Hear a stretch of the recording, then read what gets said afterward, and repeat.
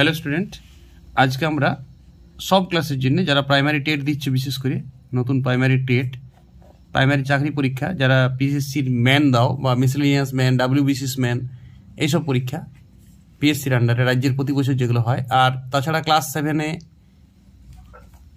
8, 9, 10-এও প্রয়োজন, 10-এও আছে এটা। আর সমাজ জানতে গেলে কারকটা লাগে একটু। কারক একটা খুব ইম্পর্টেন্ট জিনিস বাংলা ব্যাকরণের। তো কারকটা ক্লাস 4 স্টুডেন্টরাও দেখতে পারো। এটা যারা প্রাইমারি টেট দিবে তারা স্পেশাল একদম ক্লাস, তাদের জন্য দেখো সবাই। এটা আমি তাদের জন্যই নিয়ে আসছি সব ক্লাসগুলো প্রাইমারি টেট পরীক্ষার জন্য। এবং এই ক্লাসটা করে তুমি টেটের কোয়েশ্চেন প্র্যাকটিস করো, প্রিভিয়াস ইয়ার সব হয়ে যাবে প্রাইমারি টেটের। কারক থেকে কোনো কিছু আটকিবে না। আর শুনো, কারক কি জিনিস, বইয়ে যে সংজ্ঞা লেখা থাক, তুমি নিজের মতন করে সংজ্ঞাগুলোকে রেডি করবে। প্রথমত একটা আমি উদাহরণ দিচ্ছি, যেমন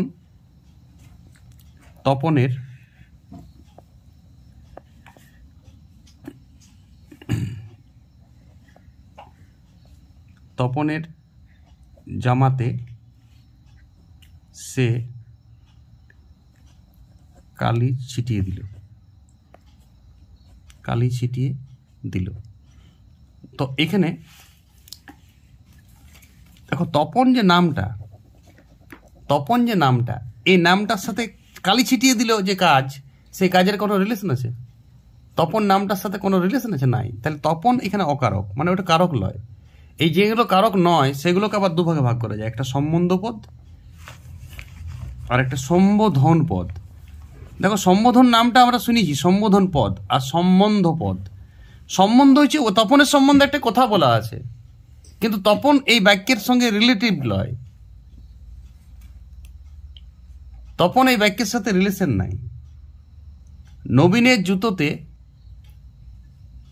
বা কোনো একটা নবীনের কলমে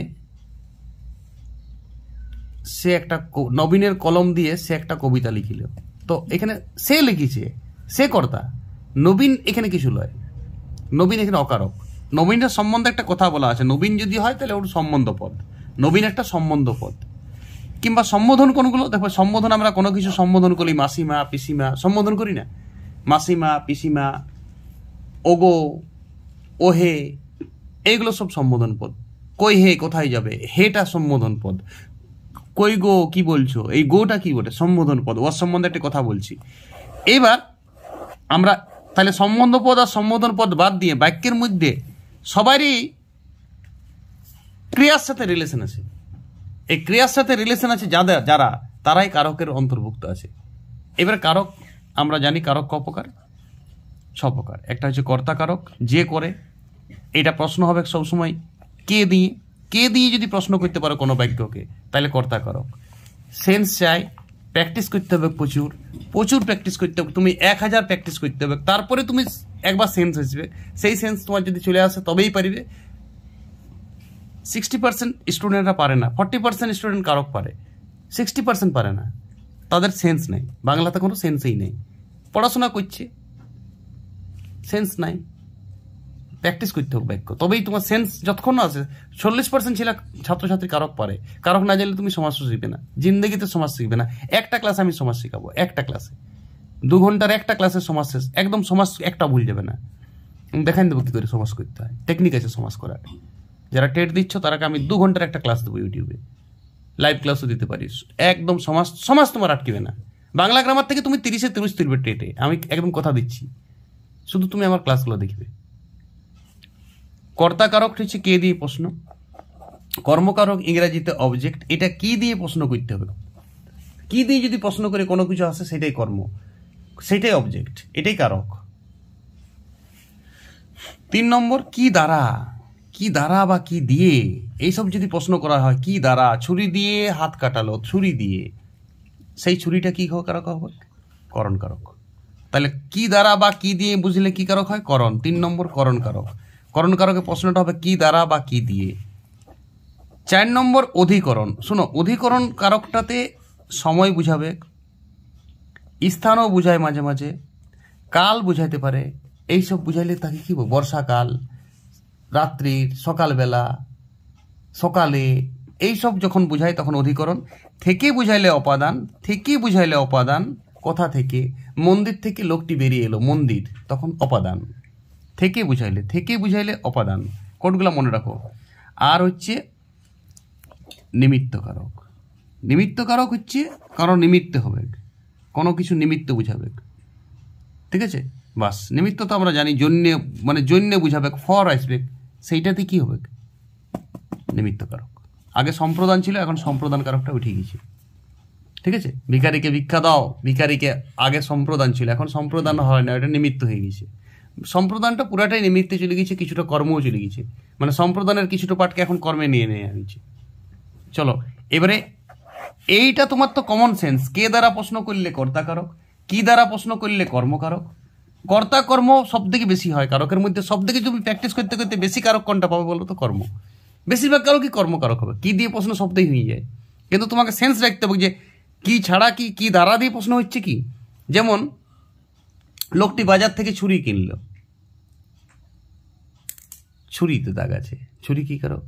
লোকটি বাজার থেকে কি কিনলো, তার উত্তর হচ্ছে ছুরি কিনলো, তখন এখানে ছুরিটা হচ্ছে কর্মকারক।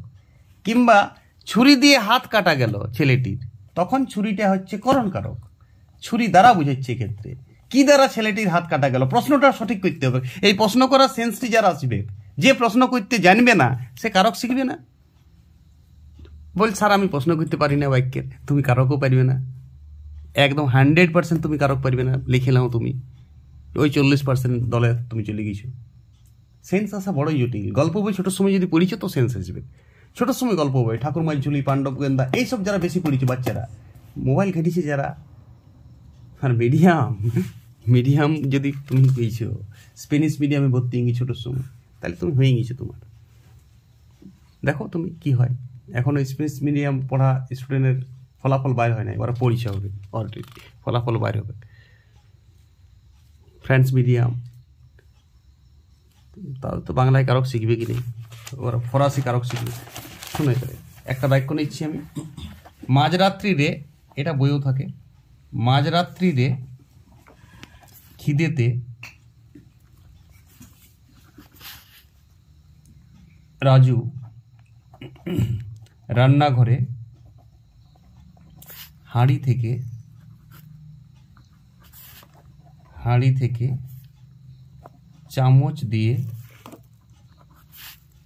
পায়েস খাচ্ছিল, খিচুড়ি করি, চামচ দিয়ে খিচুড়ি খাচ্ছিল, ঠিক আছে? দামি খাবার করি, পায়েসটা তো ফ্যাট হবে, মিষ্টি জিনিস খাওয়া ভালো লাগে। তো দেখো এখন মাঝরাত্রির সঙ্গে কি খাওয়ার রিলেশন আছে? হ্যাঁ, তাহলে মাঝরাত্রির কি কারক হবে? অধিকরণ। একটা বাক্যতে সব কারক প্র্যাকটিস হয়ে যাবে তোমার, এটা অধিকরণ কারক। খিদের নিমিত্তে তুমি খাইলে, খিদা লাগিয়েছিল বললেই, খিদার জন্যই তো খাইলে, কি জন্য তুমি খাবারটা খাচ্ছ মাঝরাত্রিরে উঠে? খিদার জন্যে, তাহলে খিদাটা হচ্ছে নিমিত্ত কারক। আমি বিভক্তি পরে বলছি, বিভক্তি পরে আসছি। খিদেতে রাজুই তো খাচ্ছে, রাজুই তো কর্তা এখানে, তাহলে রাজুটা হচ্ছে কর্তা কারক। কে খাচ্ছে? রাজু। কে দিয়ে প্রশ্ন করছি কাকে, তখন উত্তর পাচ্ছি রাজু, তাহলে কে দিয়ে প্রশ্ন করলে যে উত্তরটা আসবে সেই কর্তা। রান্নাঘরে স্থান বুঝাইছে, অধিকরণ। রান্নাঘরটা কি কারক হবে? অধিকরণ। স্থান, এইটা স্থান, কাল, কারা ইত্যাদি থাকলে অধিকরণ। হাঁড়ি থেকে, কোথা থেকে যদি প্রশ্ন হয় তখন অপাদান কারক হবে। আমি বুঝাইলাম অপাদানটা, অপাদান কোথা থেকে বা হইতে বুঝাবে। মেঘ থেকে বৃষ্টি পড়ে, তখন মেঘে অপাদান কারক। কিন্তু যদি বলে মেঘে ধূলিকণা আছে, তখন অধিকরণ। মেঘে তো আছে, ওইটা মেঘ থেকে তো বুঝাচ্ছে না। মেঘে কালো কালো দাগ আছে, তখন কি হবে? অধিকরণ। কিন্তু যদি বলে মেঘ থেকে বৃষ্টি হচ্ছে, মেঘে অপাদান। মেঘ মানেই অপাদান না, ফিক্সড করে না কোনো কিছু, বাক্যটা সেন্সটা নেবে। বাক্য সেন্স না নিয়ে তক্ক তুমি কারকে করবে না, অধিকরণ কারক, ঠিক আছে? আচ্ছা, খিচুড়ি, এই খিচুড়িটাই তো কর্ম, ওইটাই তো খাবার। কি খাচ্ছে? খিচুড়ি, তাহলে খিচুড়িটা হচ্ছে কর্ম। লেখা ঠিক নাই, তুমি বুঝলো, আমি মুখের যেটা বলছি সেটার দিকে দেখো, খিচুড়িটা কর্মকারক।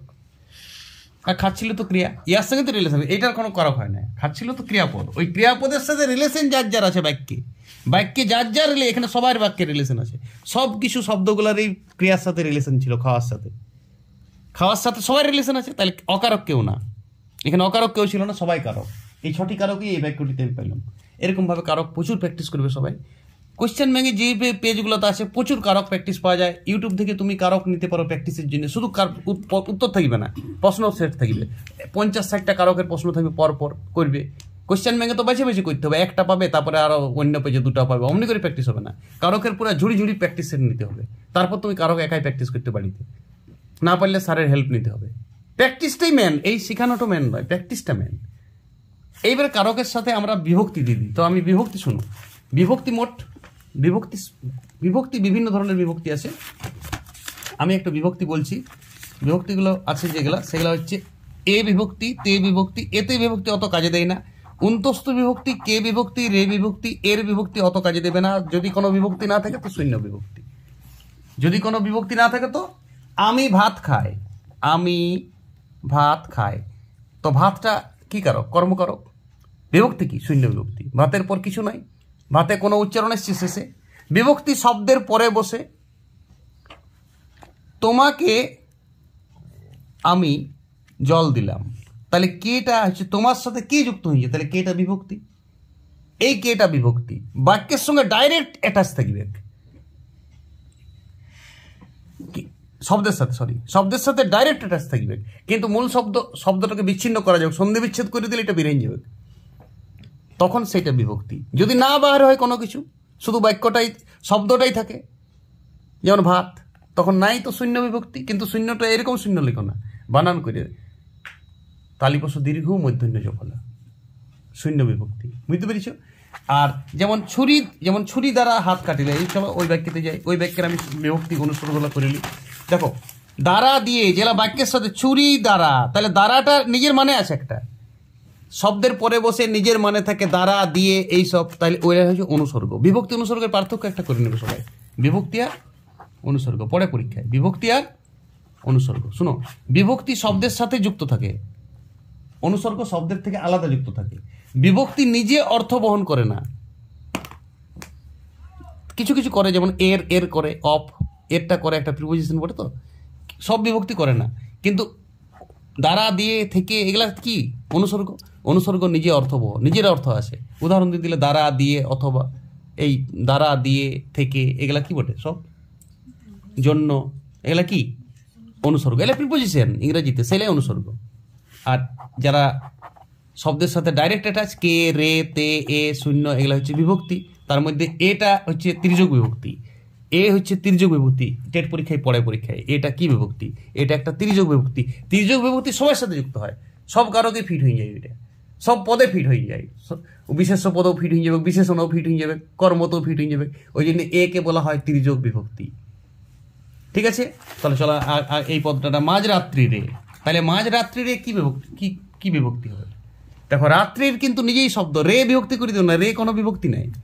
মাঝরাত্রির তারপরে এ, মাঝরাত্রির। দেখো আমি ভাঙছি, মাঝরাত্রিরে। দেখো অপাদান তো এই অধিকরণ তো হয়ে গেছিল কারকটা, কিন্তু বিভক্তিটা বলছি এবারে। তাহলে এই শব্দটা হচ্ছে মাঝরাত্রির যুক্ত এ, তাহলে এ বিভক্তি। বিভক্তি লেখার সময় এরকমভাবে লিখবে, এর 2টা কলম দিবে, তারপর বিভক্তি লিখবে। ঠিক আছে, চলো এই বাক্যটা আরো বাকিগুলো করি। খিদেতে, তাহলে মূল শব্দটা খিদে, তার সঙ্গে তে যুক্ত আছে, তে বিভক্তি আছে, তাহলে তে বিভক্তি। আর খিদেতে বলেছিলাম তো নিমিত্ত কারক হবে, তাহলে নিমিত্ত কারকে তে বিভক্তি, এভাবে লিখতে হবে। রাজু নামটার সাথে কোনো কিছু আছে কি না? শূন্য বিভক্তি, তাহলে রাজু হবে কর্তা কারকে শূন্য বিভক্তি। রান্নাঘর প্লাস এ, তাহলে এ বিভক্তি অধিকরণ কারক। হাঁড়ি থেকে অপাদান কারক, থেকে অনুসর্গ, বিভক্তি নেই, থেকে অনুসর্গ। হ্যাঁ, তুমি যদি শুধু হাঁড়িটা নাও তখন শূন্য বিভক্তি। যদি শুধু হাঁড়িটাতে দাগ থাকে, কিন্তু হাঁড়ি থেকে পুরাটা দাগ থাকলে থেকে অনুসর্গ বলবে, বিভক্তি নাই, অনুসর্গ আছে এখানে, থেকে এটা তো অনুসর্গ। চামচ দিয়ে করণ কারক, চামচ দ্বারা বুঝাচ্ছি, তাহলে ওটা ছিল অপাদান কারকে থেকে অনুসর্গ। এটা কি হবে? চামচ দিয়ে করণ কারকে দিয়ে অনুসর্গ। আর যদি চামচে দাগ থাকে তাহলে করণ কারকে শূন্য বিভক্তি। চামচ কোনো উচ্চারণ এসছে নেই, চামচ শেষ কথা, শূন্য বিভক্তি, কোনো বিভক্তি নেই। চলো, খিচুড়ি কর্মকারক শূন্য বিভক্তি, খাচ্ছিল তো ক্রিয়া, এটা তখন এটা নিয়েই তো আলোচনা করছি। ক্রিয়ার সাথে যাদের রিলেশন আছে বাক্যের অন্তর্গত যে সকল শব্দের ক্রিয়ার সাথে রিলেশন আছে তারাই কারক, যদি না থাকে তো অকারক। অকারক ক ভাগ বললাম? 2 ভাগ। কি কি? সম্বন্ধ পদ আর সম্বোধন পদ। এটা টেনে বেশি কাজে দিবে অকারকটা। 7 ক্লাসে বেশি প্রশ্ন হবে না, টেটে প্রচুর প্রশ্ন হয়। তোমাকে বলবো মা গো কি বড় সাপ দেখলাম, তাহলে এই গোটা কি? মা গোটা সম্বোধন পদ, মাকে গো সম্বোধন করছি। যদু হে কতগুলি মাছ পেলে, তাহলে কি হবে? হেটা সম্বোধন পদ। যদুর পকেটে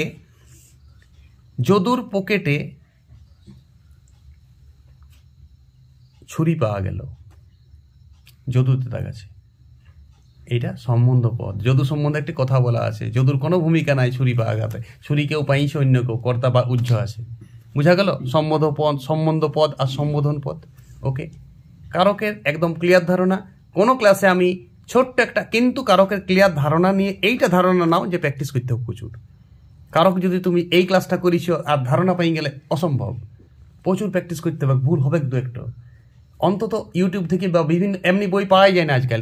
কোয়েশ্চেন ব্যাংকে পাবে না তুমি, কোয়েশ্চেন ব্যাংকে 3টা খাপুচ করে কিছু হবে না। কারকের কোয়েশ্চেন পাওয়া যায়, সেট পাওয়া যায়, কারক সেট, কারকেরই কোয়েশ্চেন থাকবে 100-200। সেই বইগুলো কিনে প্র্যাকটিস করতে হবে, বা ইউটিউব থেকে নিয়ে নিতে পারো যে কারক প্র্যাকটিস সেট, গুগলে সার্চ করবে পাই যাবে। কারক প্র্যাকটিস করবে লিখে খাতায়, শুধু কারকই করবি যখন করবি 100-200 ভ্যারাইটি। জাংশন কারকগুলো একই কারকগুলিও না, ওইটাতে গুগল মানে ভ্যারাইটি কারক থাকবে। সেই কারকগুলো প্র্যাকটিস করে যারা টেট দিচ্ছে গুগল থেকে, কোনো কিছু করার দরকার নেই আর। একদম প্রাকৃতিকভাবে পড়ালাম আমি, একদম কোনো বইটাই আমার সামনে কিচ্ছু নেই, শুধু একটা এক্সাম্পলটা বই থেকে নিলাম। আরও প্রচুর উদাহরণ আমার সাথে ডিসকাস করো, আমি ডিসকাসেরও ক্লাস আসবে পরবর্তীকালে। ভালো থাকো সবাই, প্রচুর প্র্যাকটিস করো, কোনো টেনশন নাই। টেট যারা দিবে তারা সবাই পাস করে যাবে একদম। বাংলাতে 30-30 দিবে, আরে বাংলাতে 30, অঙ্ক তো 30, আর জেনারেল নলেজে 50-50। যে কেউ টেটে পাস করবে, যে কেউ 10 দিন ঠিক করে পড়লেই পাস করবে, ওটা কোনো পরীক্ষাই না।